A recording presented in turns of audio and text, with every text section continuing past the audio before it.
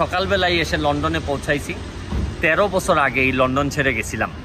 আপনারা জানেন কিনা জানি না যে আমার অ্যাকাউন্টে টাকা ছিল না, এই কারণে লন্ডন আমার ভিসা এক্সটেনশন দেয় নাই, ভিসা দিতে রিফিউজ করছে।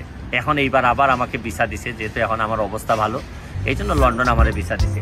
এই ট্রলিম্যান, আপনারা অনেকেই জানেন যে এই ট্রলিগুলোই কিন্তু নিয়ে মানুষ এই দোকানের ভিতর ঢুকে। এদিকে আসুন, এদিকে আসুন। এই ট্রলিগুলারে এখানে এদিক দিয়ে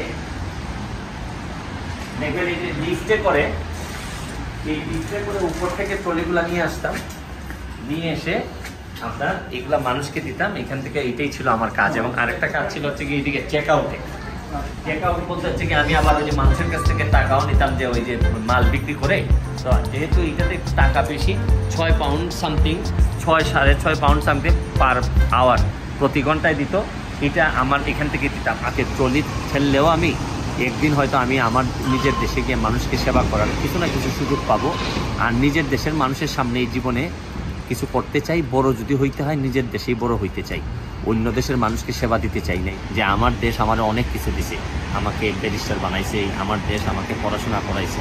এই জন্য আমি কখনোই চিন্তা করি না এই দেশে থাকবো। আমার দেশ থেকে আমি 1 টাকাও আনি নাই। এখন যারা আপনারা বাংলাদেশ থেকে 20-30 হাজার ডলার বা পাউন্ড করে আনতেছেন, তারা জানেন যে এই টাকাটা ফেরত দিতে কত কষ্ট হবে। জীবনে যেখানেই কাজ করেন না কেন, মনে রাখবেন স্বপ্নটা অনেক বড় রাখতে হয়। আজকে যদি আমি লন্ডন ছেড়ে না যেতাম, তাহলে হয়তো কখনোই ব্যারিস্টার সুমন হিসেবে জন্ম নিতাম না।